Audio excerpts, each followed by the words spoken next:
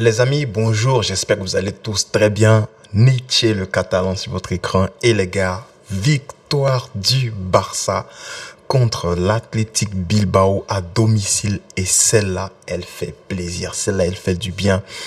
Parce que le match que nous ont sorti nos Catalans aujourd'hui, c'était vraiment un beau match. On va mettre les choses en perspective. On se rappelle qu'Ernesto Valverde avait dit hier que le stade, il s'attend pas à trop de ferveur. En fait, il a tiré à balles réelles sur les supporters du Barça, disant que voilà, on est mou. Les supporters sont mous, le stade, il y a plein de touristes, donc ils vont pas faire du bruit et tout.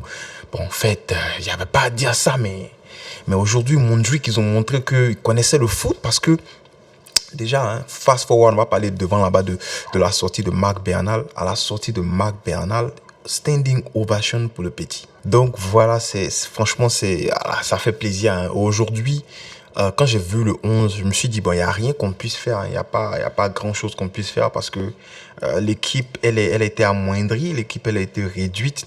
Donc notre coach, il est obligé de faire avec ce qu'il a. Il est obligé de faire avec ce qu'il est obligé de concocter avec ce qu'il a aujourd'hui. Avant de commencer à parler de football, à parler de ce match-là, j'aimerais parler un peu de ce qui se passe du côté du Barça. En fait, Dani Olmo, on s'attendait au moins qu'il joue ce match-là. On sait qu'il allait jouer derrière Lewandowski, créer beaucoup, mais bon, ça n'a pas été le cas. Mais Hansi Flick a quand même réussi à sortir 3 points de ce match-là. Franchement, moi, je salue ce coach-là. Et c'est dommage, on a encore une fois, une petite parenthèse, on laisse partir un bon joueur. Bon, il est parti là-bas, Gundogan, il est en train de jouer, il n'y a pas de problème.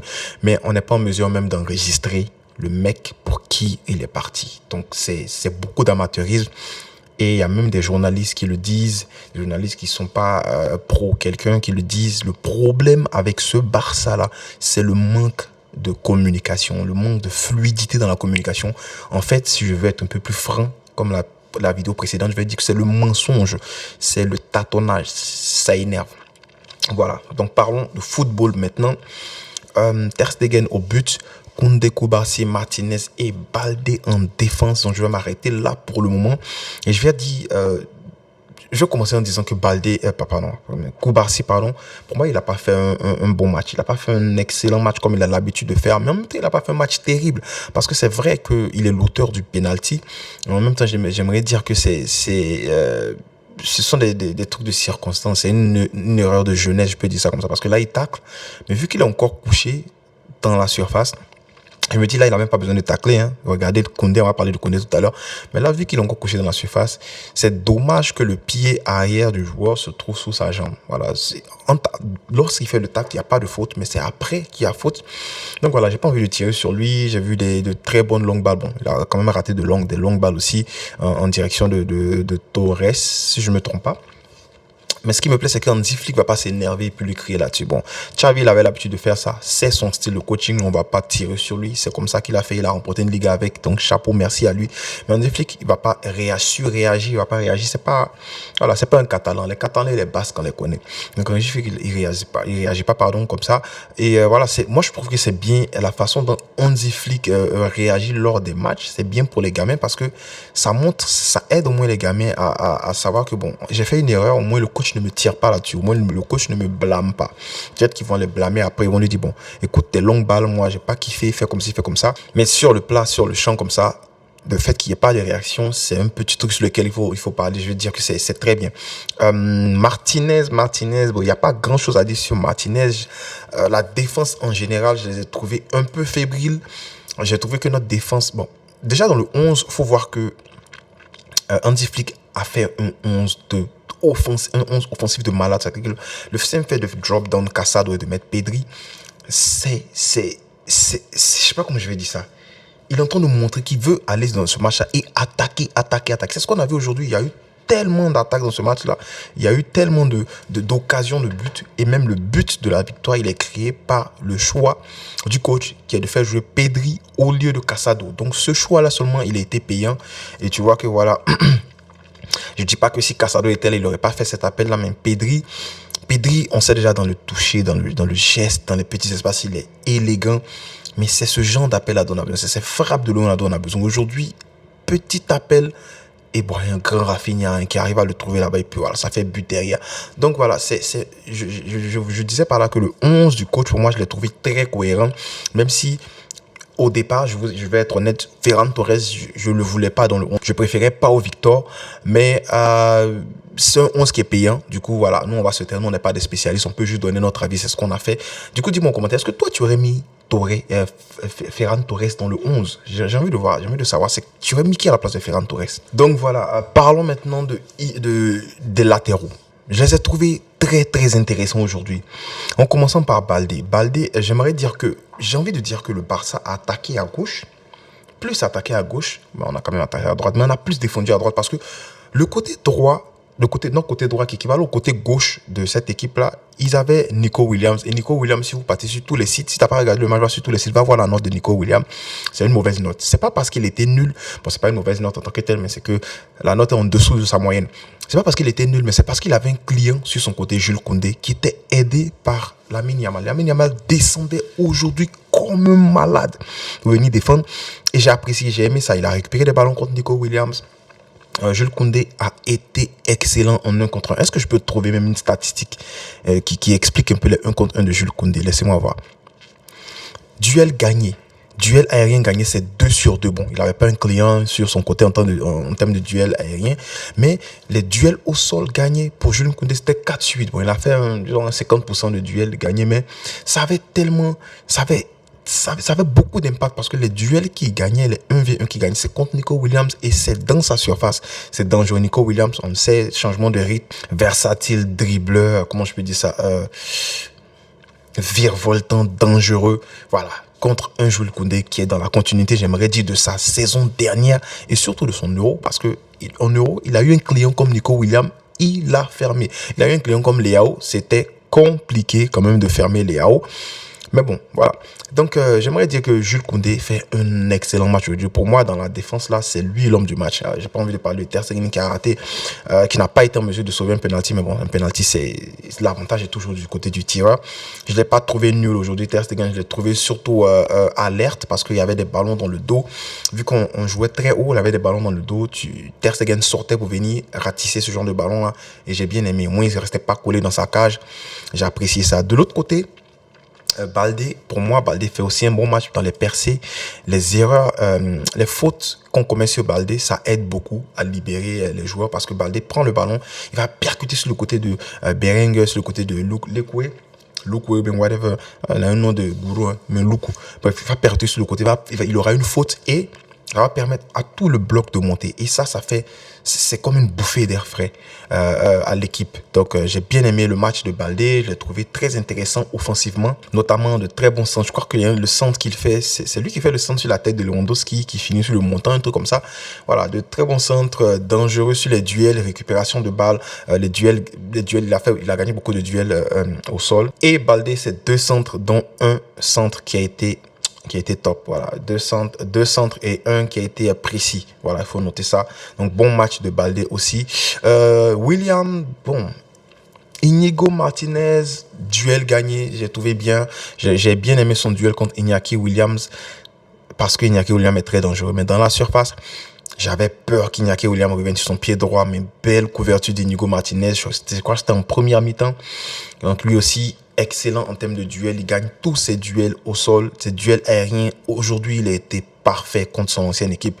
J'ai apprécié. Je comprends un peu ce que voit comment il s'appelle là, notre coach en lui. Voilà, donc en fait, j'ai kiffé la défense aujourd'hui. J'ai trouvé que la défense était inférieure à ce qu'on avait l'habitude de présenter, ce qu'on veut présenter d'habitude, mais je l'ai trouvé quand même solide dans les duels. Partons un peu au milieu. Et au milieu, les gars, on a eu 2 clients. On a eu un double pivot, mais voilà, bon, on peut dire un double pivot parce que Pedri descendait beaucoup récupérer les ballons. Il y a un moment où Omar Fonseca disait, mais Pedri, on te veut devant là-bas. Marc Bernal, il jouait le holding mill, il jouait le 6, mais le petit, mais il est sacrément bon. Vrai qu'après, bon, il prend un carton jaune, le carton jaune, ça le muselle un peu, ça fait qu'il peut plus tendre le pied, il peut plus faire des fautes, parce qu'il prend le carton un peu à la 49e minute, c'est pas très tôt, mais quand même, pour un 6, avoir un carton jaune dans un match, tu sais que tu peux plus faire des récupérations, tu peux plus faire de fautes, des fautes intelligentes, des fautes tactiques, tu peux plus les faire, donc ça l'a muselé un peu, mais sa première mi-temps, comme sa deuxième mi-temps, avant de sortir, elle est sensationnelle. L'orientation de jeu, il reçoit ici, paf, il ouvre. Les pertes de balle, il ne perd pas le ballon, il scanne dans son dos. Il a bouffé à lui seul le milieu de l'équipe adverse. Et ce qui me plaît, c'est qu'il avait autour de lui un électron libre comme Pedri qui redescendait pour venir aider, surtout sur le côté gauche. Pedri qui va venir aider, prendre le ballon. Et puis se sortir d'un 2 contre 1 à lui tout seul, ou bien jouer en appui soutien. C'est-à-dire que, appui remis, c'est-à-dire qu'il se met devant là-bas, Bernal va le trouver, Bernal va décaler, Pedri va le remettre. Genre un point de pivot. Franchement, les deux, ça a été sensationnel. C'était le miel, quoi. J'ai beaucoup peur pour Casado, mais ce sont des jeunes. Ils ne sont pas là pour jouer tous les matchs. Voilà, il faut même Marc Bernal, il faut qu'il souffre, pas qu'on va mettre la pression sur le petit déjà. Je l'ai trouvé intéressant dans ce match. Franchement, je vous dis, j'ai apprécié ce match du Barça. Là, ça faisait très longtemps qu'on n'avait pas pris du plaisir comme ça devant un match du Barça. Et ça, c'est en fait, disons merci au coach Hansi Flick. Pedri, waouh, sur le but de la victoire. Comment ne pas parler de l'appel de Pedri? Comment ne pas parler de l'appel de ce petit? Vous voyez, je suis en train je vais commencer par la défense, je monte du coup, ça ne sera pas chronologique. Voilà. Comment ne pas parler de l'appel de Pedri? Parce que Rafinha a un manque de solution. Si vous remarquez et repartez voir l'action, vous allez voir que Alejandro Balde, il ne fait pas la course parce qu'il est marqué. Et même s'il fait la course, son marquage là, le mec qui le marquait va juste venir fermer. Ça ne sert à rien. Du coup, c'était 2 contre 2 dans cette zone-là.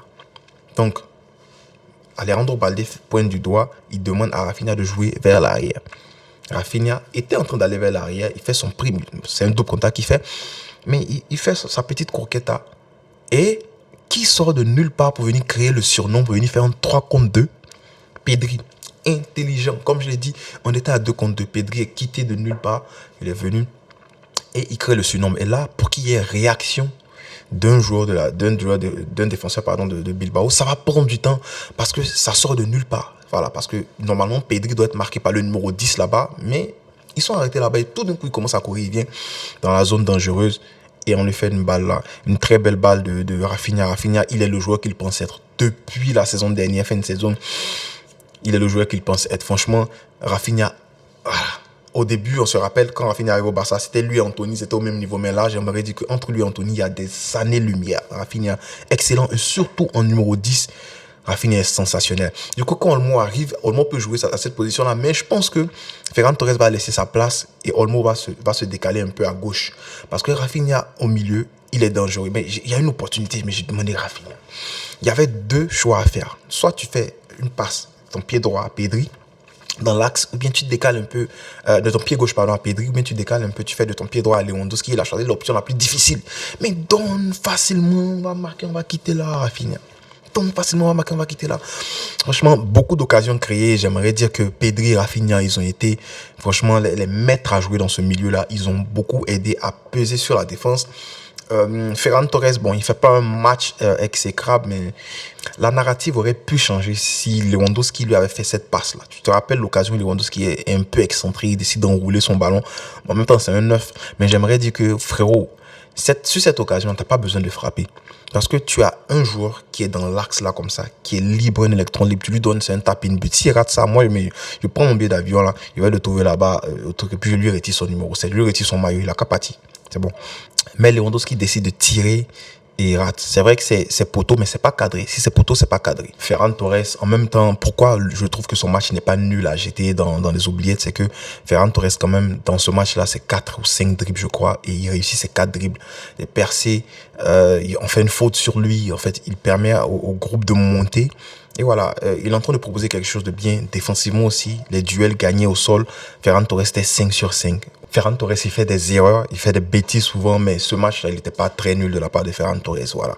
Donc, j'ai pas envie de tirer sur lui parce que, en fait, je suis d'un bon mood. Je pense que toute l'équipe, le bloc ensemble, ils ont joué de façon propre, ils ont joué de façon excellente, ils ont créé de nombreuses opportunités. Donc, il faut quand même saluer ça. Robert Lewandowski marque son but. On est content, mais je pense que voilà, il y avait quand même mieux à faire sur la frappe, ouais, il marque, il fait son rôle d'attaquant. Bravo, merci Lewandowski. En route pour le Pichichi. on est content, mais voilà, comme je dis, il y avait une opportunité de but. Il ne faut pas être trop gourmand. C'est l'équipe d'abord. Du coup, fais la passe à Ferran Torres, s'il te plaît. Il n'y a pas envie de t'insulter, tu as marqué. Fais la passe à Ferran Torres, on va gagner. Dommage aussi pour la deuxième tête qui descend sur le montant. Voilà, c'est sur le montant aussi à droite. On aurait pu faire facilement 2. On aurait pu tuer ce match-là très vite. Mais voilà, on sort avec la victoire. Il faut quand même être content pour ça. Je vais terminer en parlant de qui? Je vais terminer en parlant de Lamine Yamal, qui d'autre que lui, voilà, dans la même position que la frappe contre la France. Il a quelqu'un qu'il connaît en face de lui, qui est Nico Williams, son pote. Voilà, et même sur le terrain, ils sont adversaires, les gars se parlent. Franchement, cette amitié-là, c'est beau à voir. C'est dommage que voilà que le petit soit pas venu. Et on le sait pourquoi il est pas venu, Nico Williams, c'est parce qu'il n'y avait pas de garantie. Regardez de l'autre côté, Olmo, voilà, il joue pas. Donc imaginez Nico Williams, il aurait laissé son childhood, son équipe depuis qu'il est bébé là.